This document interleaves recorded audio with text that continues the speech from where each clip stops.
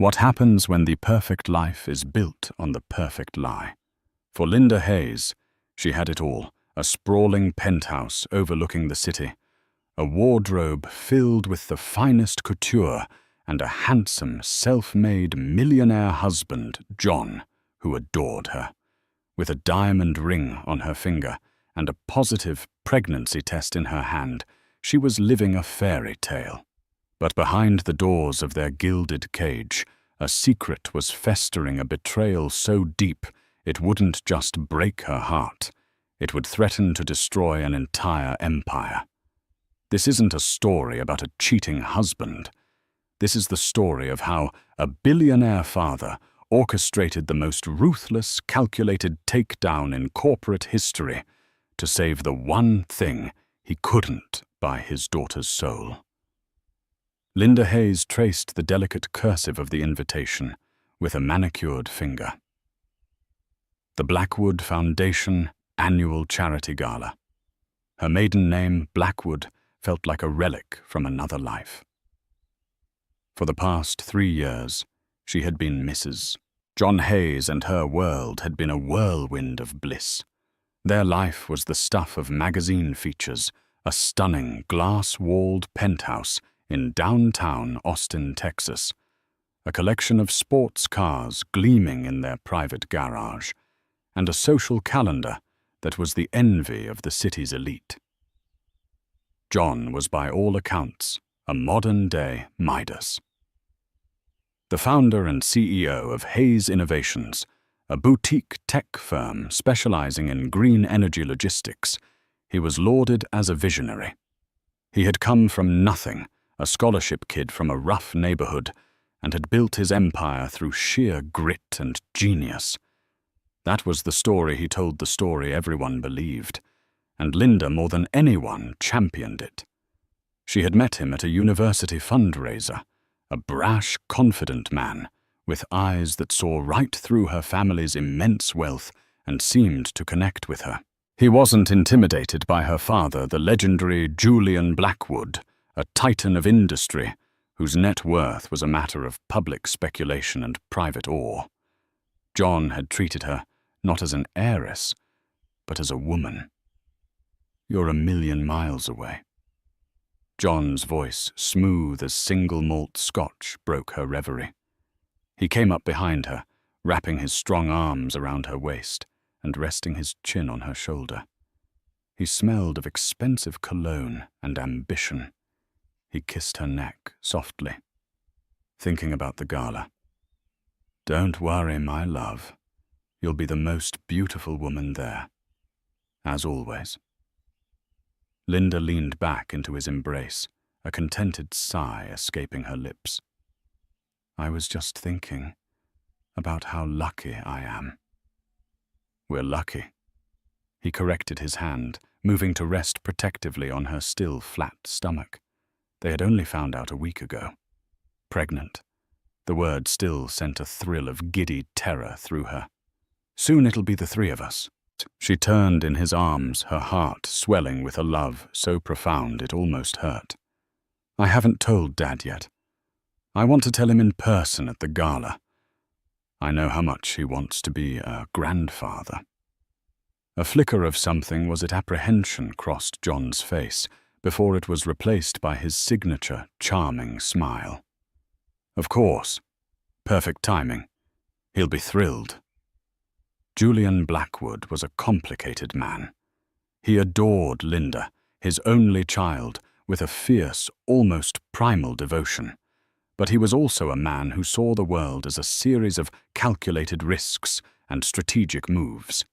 When Linda had first brought John home, Julian had been polite but distant.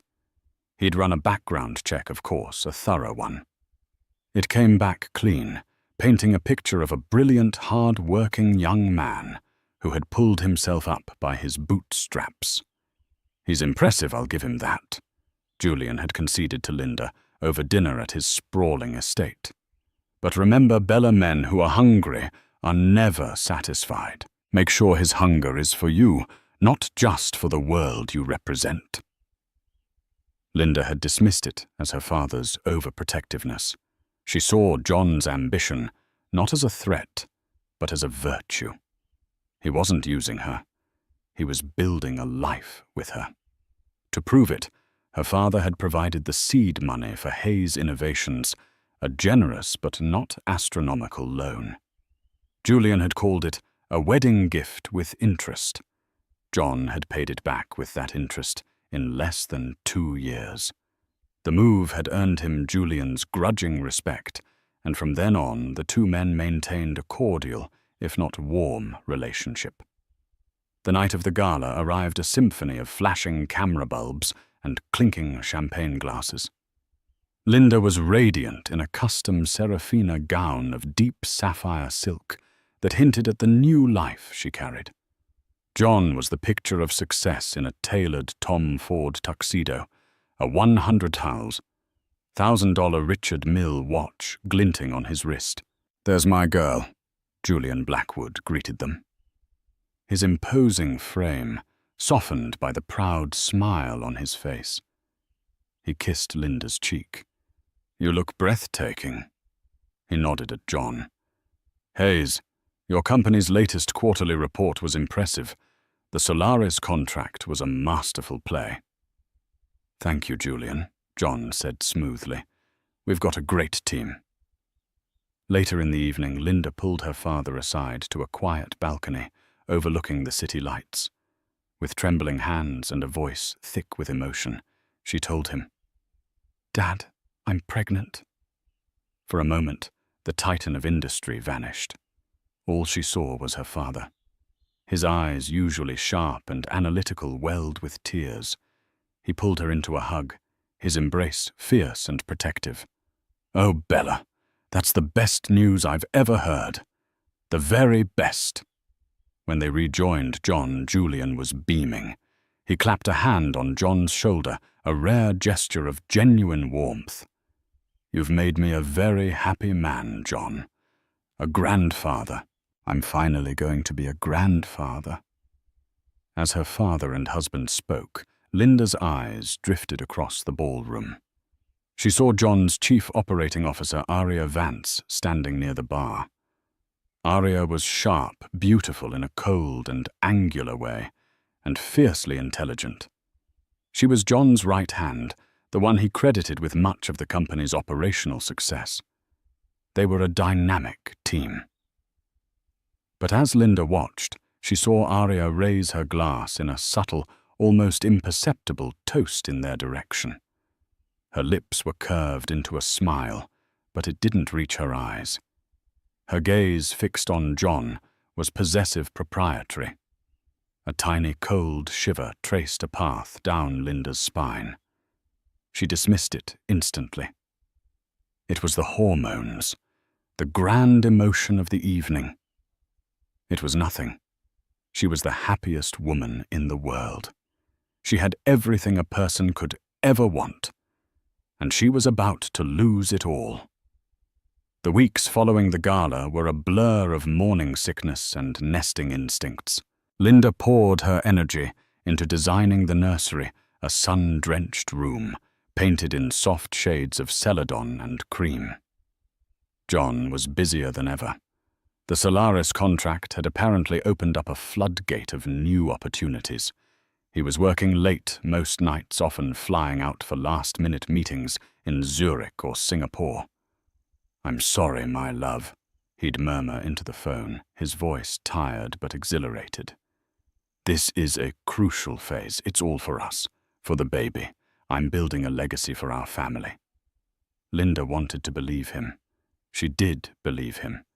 But the little shiver of unease she'd felt at the gala had become a persistent, low-level hum of anxiety. He was distant even when he was home. His phone, which used to lie casually on the nightstand, was now perpetually face down or in his pocket. When she once picked it up to pass to him, he snatched it from her hand with a sharp, "I've got it," his reaction far more aggressive than the situation warranted. The first real crack appeared on a Tuesday. John was supposedly in a video conference in his home office. Linda was craving pickles and peanut butter, a cliché she found morbidly amusing. As she passed his office, the door slightly ajar. She heard his voice. It wasn't the commanding tone of a CEO. It was low, intimate, and laced with a warmth she hadn't heard directed at her in months. "No, of course she doesn't suspect a thing," he was saying. "She's too busy picking out cribs. It's almost pathetic." A soft chuckle followed. "Patience, my love. Just a little longer. The final transfer from Blackwood's Overseas Asset Fund is the key. Once that's integrated, we're untouchable. Phase 2 is complete." Linda froze her hand, gripping the doorframe. Blackwood's Overseas Asset Fund. What was he talking about? Her father had investments everywhere, but John wasn't involved in managing them. "I know I miss you too." John's voice softened further. "This whole doting husband act is exhausting. But thinking about you, about our future, makes it all worth it. I'll see you tomorrow." The usual place. The click of the call ending was like a gunshot in the silent hallway. Linda's heart hammered against her ribs. The usual place. Who was he talking to? It had to be a misunderstanding. A business deal. The "my love" must have been a misinterpretation. But the contempt in his voice when he'd said, "She's too busy picking out cribs," was undeniable. It was aimed directly at her. She backed away from the door, her pickle craving replaced by a nauseating wave of dread. That night in bed, she lay beside him, the space between them feeling like a chasm. She watched the steady rise and fall of his chest and felt like she was lying next to a complete stranger. A few days later, a receipt from the high-end jeweler Cartier fell out of his briefcase as he was rushing out the door. "Can you grab that for me, honey?" he called over his shoulder. She picked it up. A love bracelet. White gold paved with diamonds. Her heart gave a hopeful leap. Was it a surprise for her? An apology for his distance, but the date on the receipt was from 2 weeks ago. He hadn't given her anything. She tucked the receipt into her purse, a cold knot forming in her stomach. Later that day, driven by a suspicion she hated to acknowledge, she did something she had never done before. She logged into their shared credit card account online. She scrolled through the statements, her eyes scanning for anything unusual. And there it was. A charge from the St. Regis Hotel, Monarch Suite, for over $2,000. It wasn't a business trip expense. Those went on the corporate card. This was personal. And it occurred every 2 weeks like clockwork. The latest charge was from the day after John's intimate phone call. The usual place. The pieces were clicking into place, forming a picture so ugly she couldn't bear to look at it. But she had to know. The final piece of the puzzle arrived via a courier. It was a sleek silver gift box addressed to John at their home address. It was from his office, so she thought nothing of it, placing it on his desk. That evening he came home late, looking tired. He saw the box and his expression tightened. "What's this? A delivery from your office?" she said, her voice carefully neutral. He opened it. Inside, nestled on a bed of black velvet, was a set of custom-made cufflinks. They were platinum, shaped like a bull and a bear, the symbols of the stock market. Engraved on the back of each was a tiny initial, an A. "They're beautiful," Linda said, her voice barely a whisper. "A gift from the board." John didn't look at her. Something like that. A token for the Solaris deal. He closed the box abruptly, but not before Linda saw the small gift card tucked inside. It was handwritten in a sharp and elegant script she recognized instantly from company memos. "To my king. For the empire we're building. All my love. A. Aria Vance." The hum of anxiety became a deafening roar. The floor seemed to tilt beneath her feet. It wasn't just an affair. The phone call, the mention of her father's assets, the cufflinks, symbolizing a financial empire. This was something more. Something calculated and predatory. Her husband, the man she loved, the father of her unborn child, was not just betraying her. He was playing a game, and she and her family were the pawns. The knowledge was a poison seeping into every corner of her idyllic life.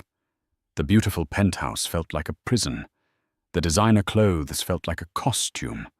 The loving smiles John gave her felt like grotesque masks. For 3 days, Linda lived in a silent personal hell. She barely ate, slept, offered no escape, and the baby inside her felt less like a joy and more like a tether to a man she no longer knew. She had to be sure. Not just emotionally sure, but factually, irrefutably sure. She needed proof that was cold, hard, and undeniable. She thought about hiring a private investigator, but the idea of involving a stranger in this intimate betrayal felt cheap and degrading. She had to do it herself. She remembered the Cartier receipt, the bracelet. On a desperate hunch, she searched social media. She scrolled through Aria Vance's carefully curated Instagram feed, photos of business conferences, charity runs, and elegant dinners. And then she found it. A photo posted a week and a half ago.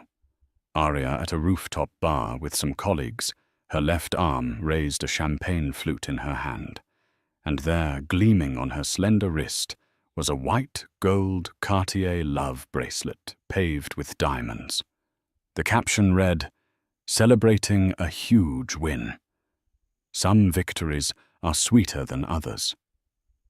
Feeling loved." The air rushed out of Linda's lungs.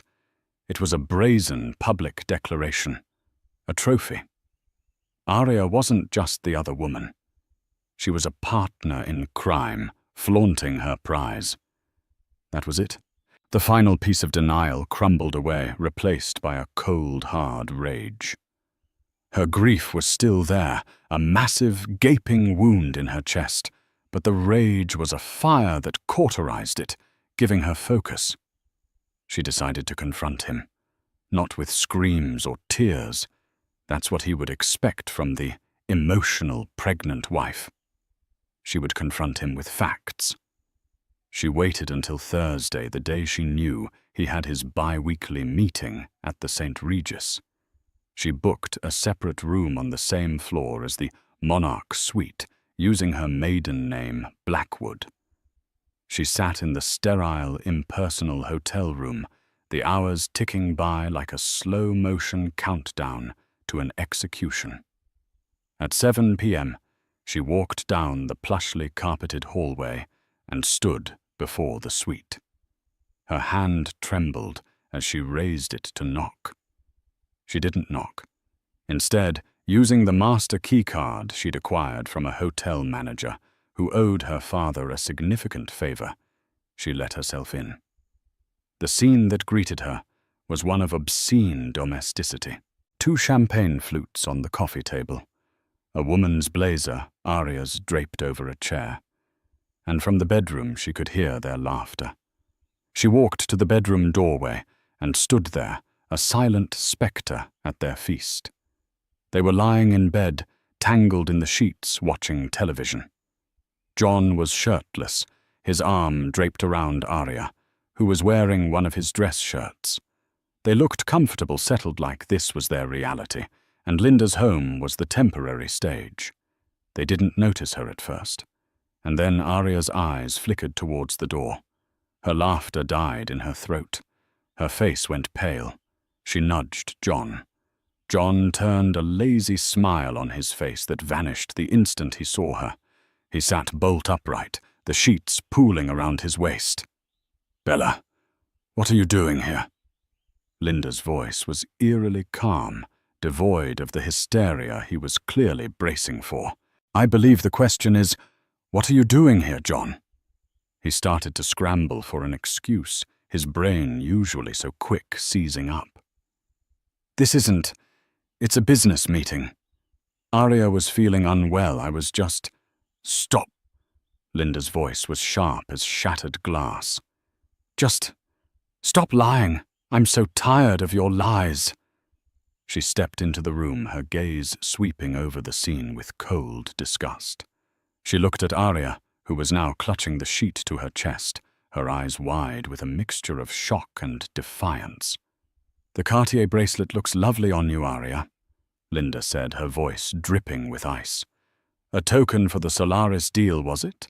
Or was it for helping my husband systematically plan to defraud my father? John's face went white. This was not the simple discovery of an affair he might have been able to manage. Bella, you don't understand. Oh, I understand perfectly, she retorted, taking another step forward. I understand the late nights, the business trips, the hushed phone calls. I understand the plan to leverage Blackwood's overseas asset fund. What is phase 2? John, is that when you finally drain enough of my family's money that you don't need the pregnant wife anymore. The color drained from his face. He was utterly exposed. The charming mask fell away, and for the first time, Linda saw the real John Hayes. There was no remorse in his eyes, no shame, only cold, hard fury at being caught. So you figured it out, he sneered, his voice turning ugly. The poor little rich girl finally put 2 and 2 together. What are you going to do? Run crying to Daddy? Arya, seeing her chance, found her voice. Frankly, Linda, you should be thanking me. I'm the one who made this company what it is. I'm the brains behind the strategy. John brought the access and I brought the talent. You just brought the bank account. The cruelty of their words was a physical blow, but the rage inside Linda burned brighter. The bank account you seem so desperate to get your hands on. Linda said, her eyes locking onto John's. You came into my life with nothing. I loved you. I believed in you. I defended you to my own father. I am carrying your child. A child that secures the dynasty. John shot back, his voice venomous. An heir. It's a role you were born to play, Linda. Don't act so surprised that this was always a transaction. A transaction? That single word shattered the last vestiges of love she had for him. It wasn't just a betrayal. It was a negation of their entire life together. Their love, their marriage, their future family. It had all been a lie, a business deal where she was the only one who didn't know the terms. She didn't scream. She didn't cry. She simply turned her back on them. As she walked out of the room, her spine straight and her head held high, she said, You are right about one thing, John. I am going to run to my daddy, and you have absolutely no idea what you've just unleashed.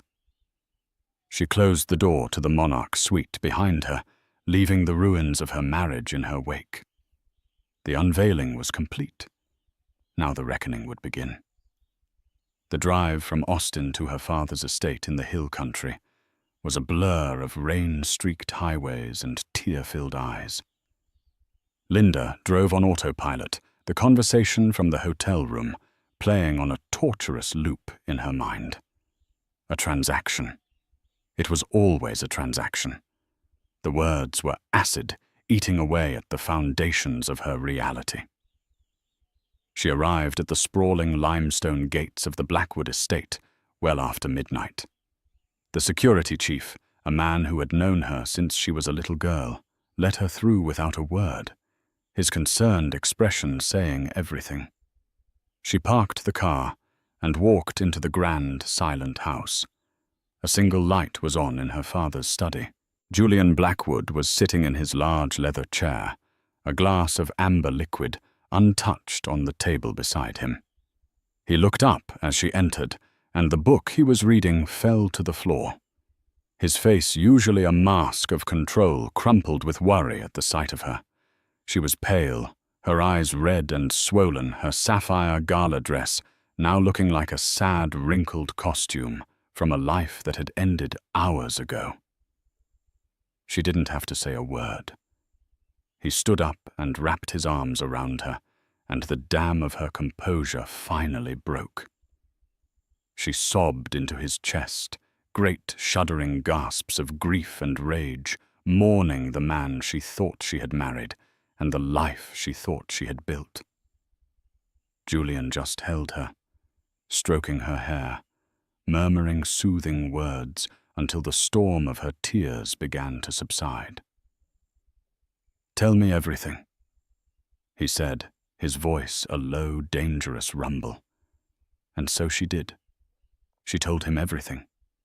The phone call, the receipt, the hotel statements, the cufflinks, the brutal confrontation in the hotel room. She repeated John and Arya's words, their contempt, their admission of a larger plan involving his assets. As she spoke, she watched a transformation occur in her father. The concerned parent receded, and the ruthless architect of a global empire emerged. His eyes turned to steel. The lines on his face hardened. He listened without interruption, his hands steepled before him, his focus absolute. When she was finished, the room was silent for a long moment. "I see," he said finally, his voice unnervingly calm. "He has underestimated us. He has mistaken my love for you as a weakness he could exploit. He is about to learn that my love for you is in fact the most dangerous weapon in my arsenal." He stood and walked over to a large antique globe that stood in the corner of his study. He gave it a slow spin. "John Hayes," Julian began, his voice taking on a clinical, detached tone, like a surgeon discussing an impending operation. "A brilliant operator, charismatic, ambitious. I saw all that. I also saw the chip on his shoulder, the deep-seated insecurity of a man, desperate to prove he belongs. I thought your love would be enough to temper that. I was wrong." He turned to face her. "Bella, there is something you need to know.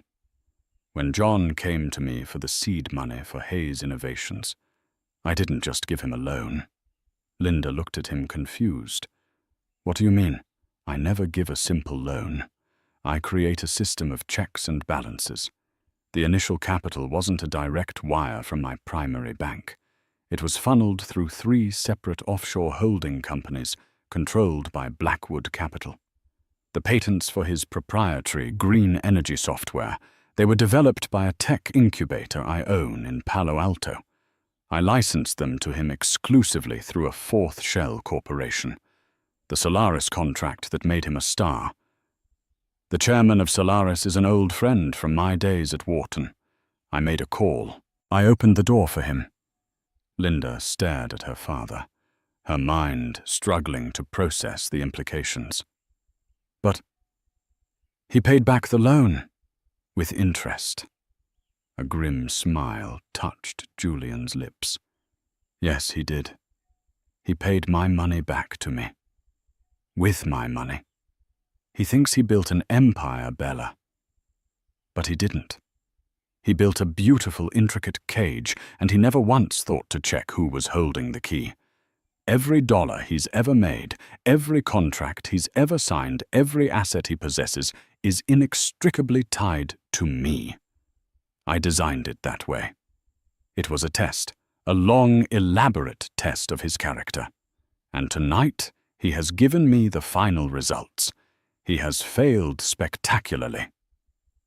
Linda felt a dizzying sense of vertigo. The self-made millionaire, the visionary who had built his company from scratch, it was all an illusion, a carefully constructed narrative, authored and directed by her father. "So when he talks about Phase 2 and integrating my overseas assets," she began, "he is referring to a final investment tranche I was preparing to make." Julian finished for her. A show of faith, the last step that would have given him significant untethered capital. It would have been the first part of his company that was truly his own. The transfer was scheduled for Monday morning. He walked over to his desk and picked up the phone, dialing his chief legal counsel. "David, it's Julian. I need you on a secure line in 5 minutes. We are initiating the protocol Scorched Earth. Yes, that one.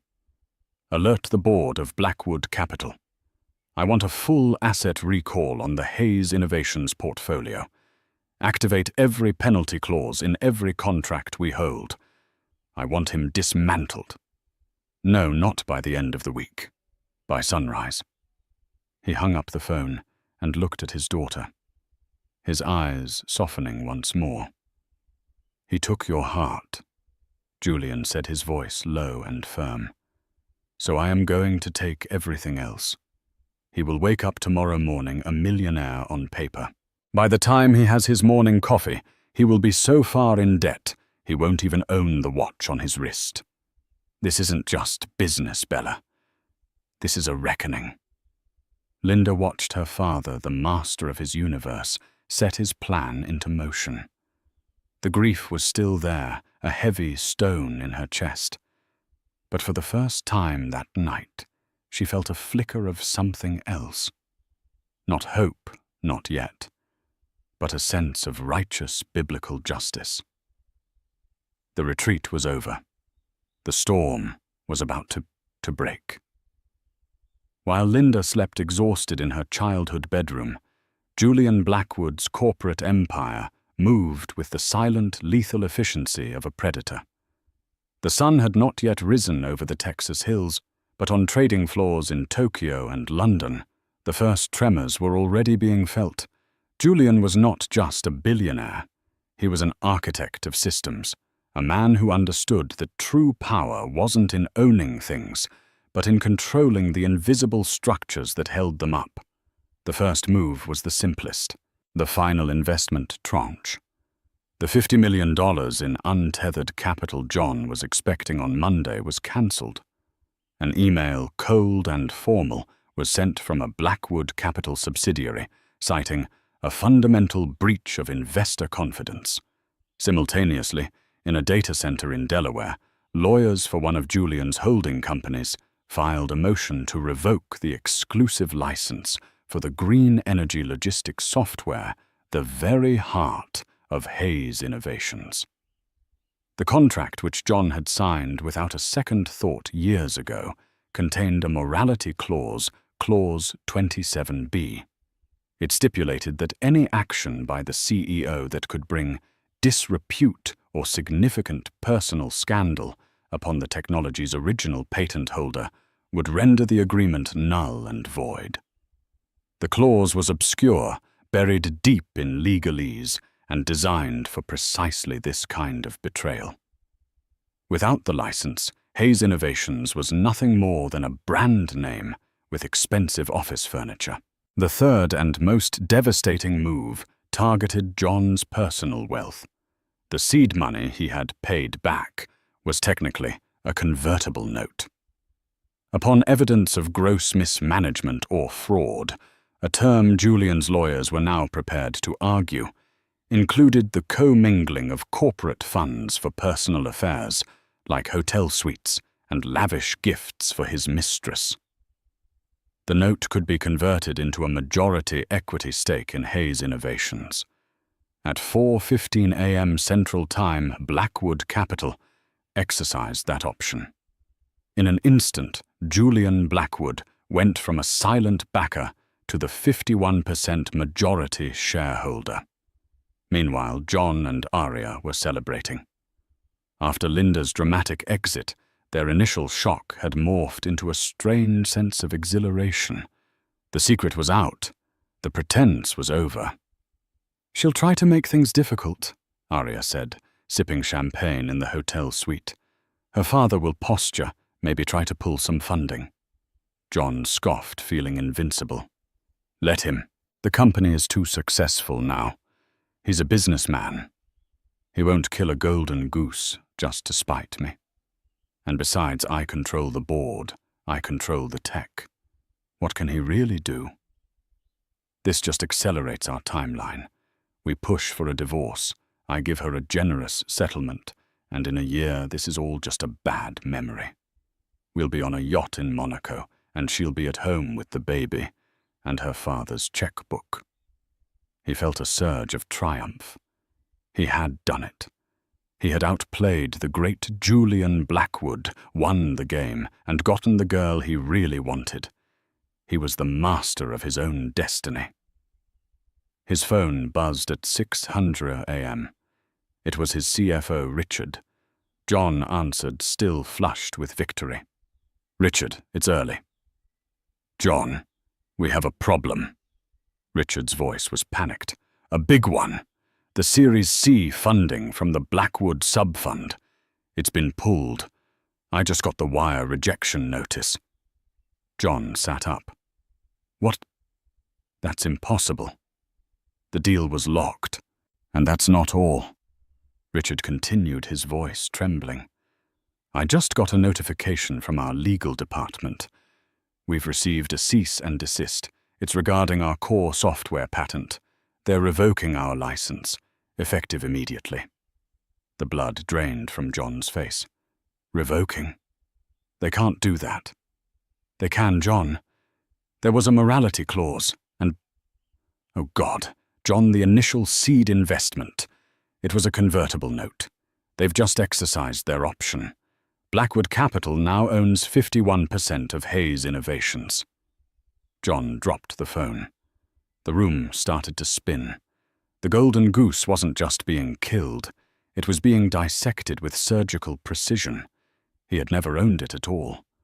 Arya looked at him, her confident smirk faltering. "John, what is it? What's wrong?" He couldn't speak. He just stared at her, the horrifying reality crashing down on him. Every triumph, every success, every dollar he had ever made was a gift from the man he had just betrayed. And the gift was being taken back. The final blow came not from a lawyer, but from the valet at the St. Regis. When John, shell-shocked and desperate, tried to leave, he was stopped at the front drive.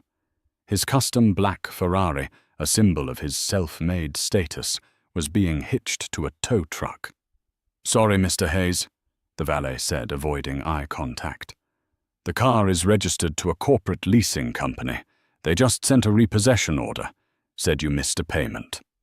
John stared at the car, his car being towed away, like common scrap. It wasn't just an asset being seized. It was his identity being dismantled piece by piece in public. He finally understood.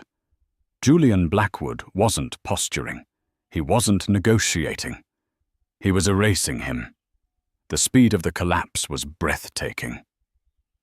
What took John Hayes years to build, Julian Blackwood dismantled in less than 3 hours.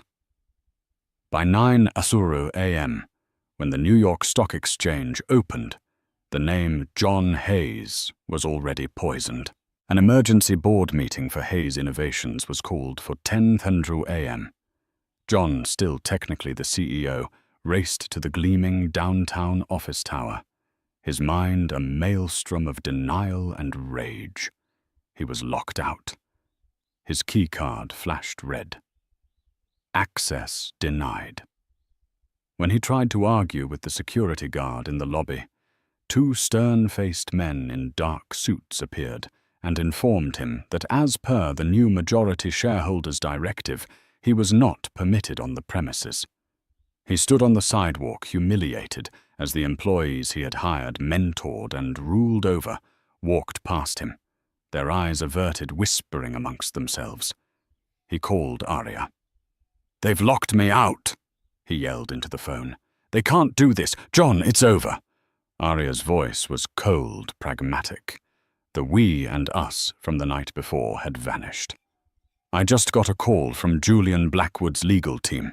They're dissolving the company and absorbing the viable assets, including the Solaris contract, into a new subsidiary of Blackwood Capital."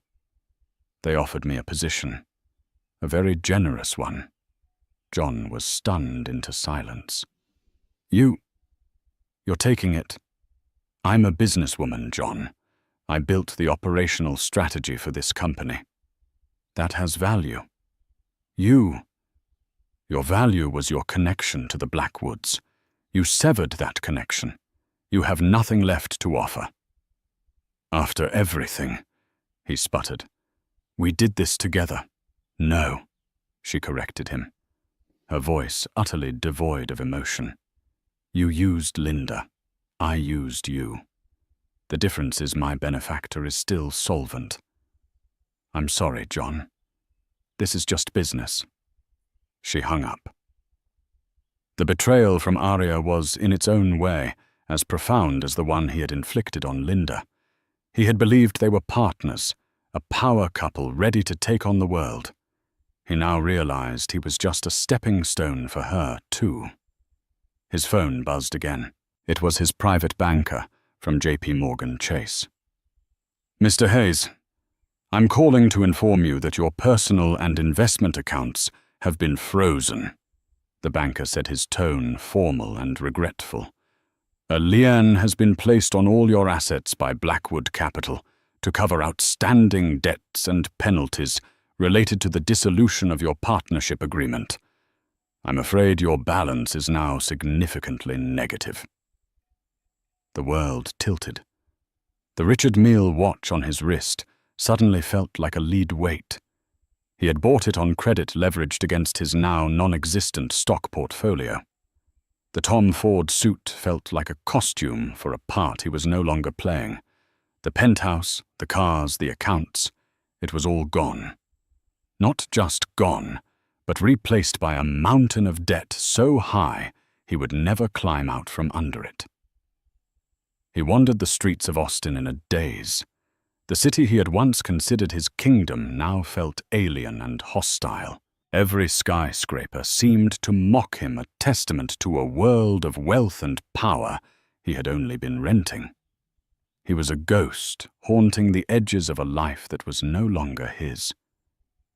By noon, the story had been strategically leaked to the financial press. Tech wunderkind John Hayes ousted from own company in hostile takeover by father-in-law Julian Blackwood.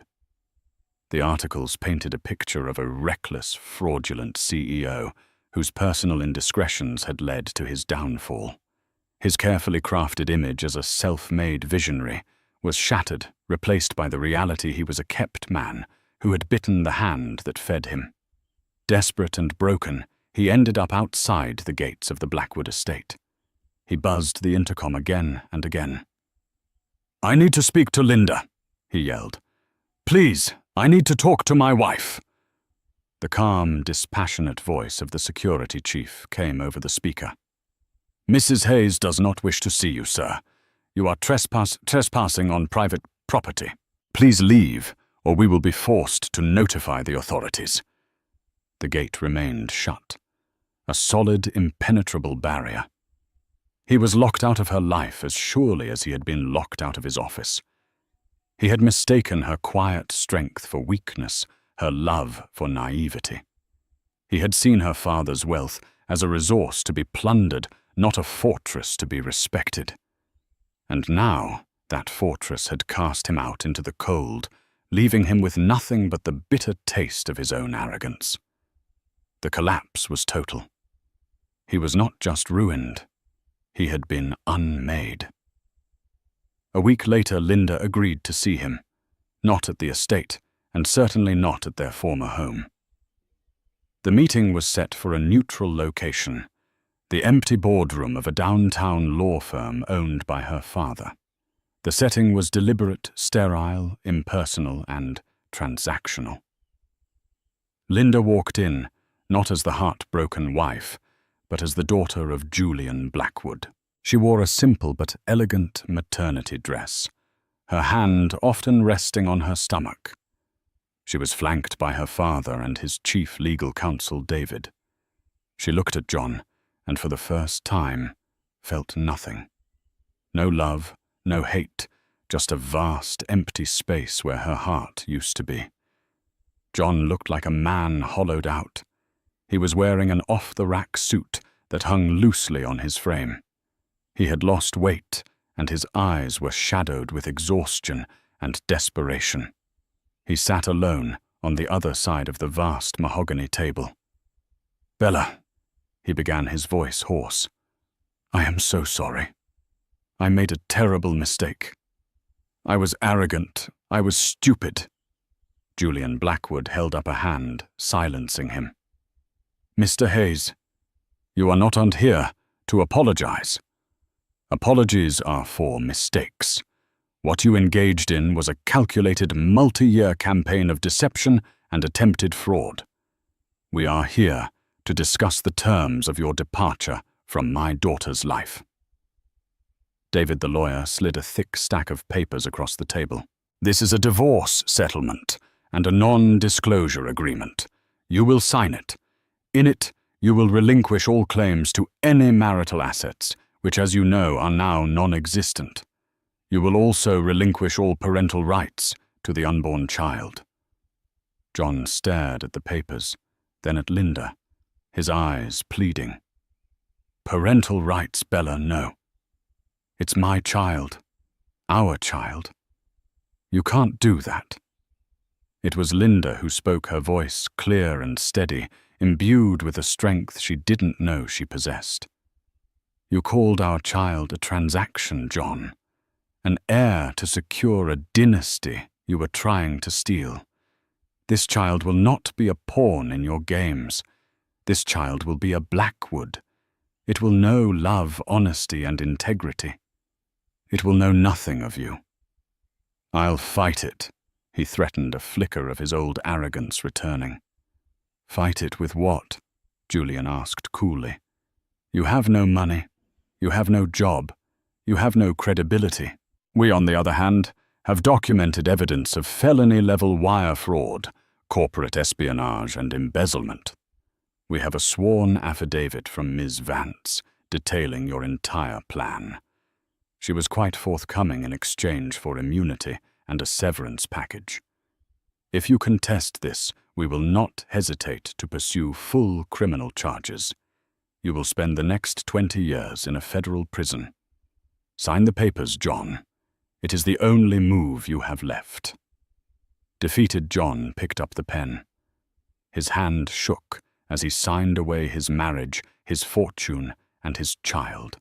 He was no longer John Hayes, the tech visionary. He was a ghost, a cautionary tale whispered in the boardrooms and country clubs he once frequented. As he was escorted out, a broken man, Linda stood by the window looking down at the city. Her father came to stand beside her. "It's over," he said gently. "A new beginning." She whispered, her hand on her belly. She had walked through fire, but she had not been consumed. The betrayal had broken her heart, but it had not broken her spirit. It had forged her into something stronger, something wiser. She was no longer just the sheltered heiress. She was a survivor, a mother, a Blackwood ready to build a new life, a true legacy for her child on the ashes of her husband's lies. The gilded cage was gone, and in its place was a future she would build for herself, one based not on a fairy tale, but on the unbreakable strength of a love that was real. 7 months passed. The Texas winter gave way to a burgeoning spring, and with it the promise of new life. Linda had moved back to the Blackwood estate, but not into her childhood bedroom. She had taken over the West Wing, a sprawling suite of rooms she had redesigned herself. The cold, minimalist aesthetic she and John had favored was gone, replaced by warm woods, soft fabrics, and shelves filled with books on art history and philanthropy. The penthouse, stripped of their personal belongings, had been sold in a private off-market deal, its existence scrubbed from her life like a bad dream. Linda, now in the final weeks of her pregnancy, was not idle. She had taken an active executive role in the Blackwood Foundation, the charitable arm of her father's empire. The woman who once spent her days at luncheons and gallery openings now spent them poring over grant proposals for pediatric hospitals and educational startups. The betrayal had awakened a part of her she never knew existed. Her father's sharp intellect and an insatiable desire to build something meaningful, something real. One afternoon, her driver was taking her back from a meeting in the city. A sudden downpour had snarled traffic, forcing them to take a detour through a less glamorous part of town. As they waited at a red light, Linda's gaze drifted to the entrance of a mid-range hotel, its porte cochere offering scant protection from the driving rain. A valet, in a cheap, ill-fitting red jacket, was jogging towards an arriving car. He slipped on the wet pavement, catching himself before he fell, a look of weary frustration on his face. As he straightened up, the light from a street lamp illuminated his features. It was John. The change was shocking. The razor-sharp ambition in his eyes had been replaced by a dull, hollowed-out resignation. His designer suits were gone.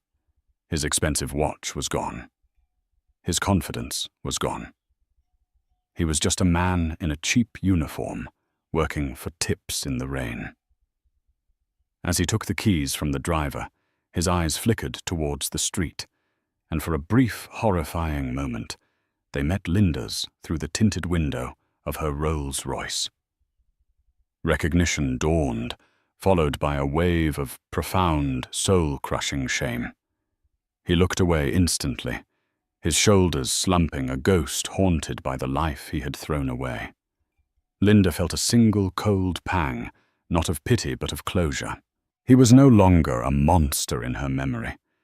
He was just a small, sad man. As for Aria Vance, her fate was a different kind of prison. Julian, in a move of cold pragmatism, had kept his word. She was given a senior position at the new Blackwood Capital subsidiary that absorbed Hayes Innovations' assets. She had her high salary, her corner office, her title. But she had no power. She was watched, her every decision scrutinized. She was a brilliant mind in a gilded cage, forever marked as disloyal, a tool to be used, but never trusted. Her ambition had won her a seat at the table, but she would never be allowed to forget that she was dining on scraps forever, in the shadow of the man she helped John try to destroy. Later that evening, Linda was in her father's study, a cup of chamomile tea in her hands, as they discussed a new wing for the Austin Children's Hospital the foundation was funding. "The architects sent the final schematics," Julian said, passing a tablet to her. "Your notes on natural light integration were brilliant. They've incorporated all of it." "It's for the children," Linda said softly. "They deserve to have a place that feels hopeful." Julian looked at his daughter, his heart swelling with a pride that was deeper than any business deal he had ever closed. He saw the woman she had become, resilient, intelligent, and compassionate. The ordeal had stripped away her naivety, but had revealed a core of pure steel. "You've found your calling, Bella," he said, his voice thick with emotion. "You are more than just my heir. You are my partner. This foundation, this legacy, it's yours now to shape and grow. I'm building a world I want my son to be proud of." She replied, her hand resting on the curve of her stomach. "A world where strength is measured by kindness and success is measured by what you give, not what you take." 2 weeks later, the call came in the middle of the night. The birth was long and difficult, a final crucible of pain before the dawn. But as the first rays of morning light streamed into the hospital room, a new life entered the world with a strong, healthy cry. The nurse placed the baby boy in Linda's arms. He was perfect. He had her dark hair, and when he finally opened his eyes, they were the same sharp, intelligent blue as her father's.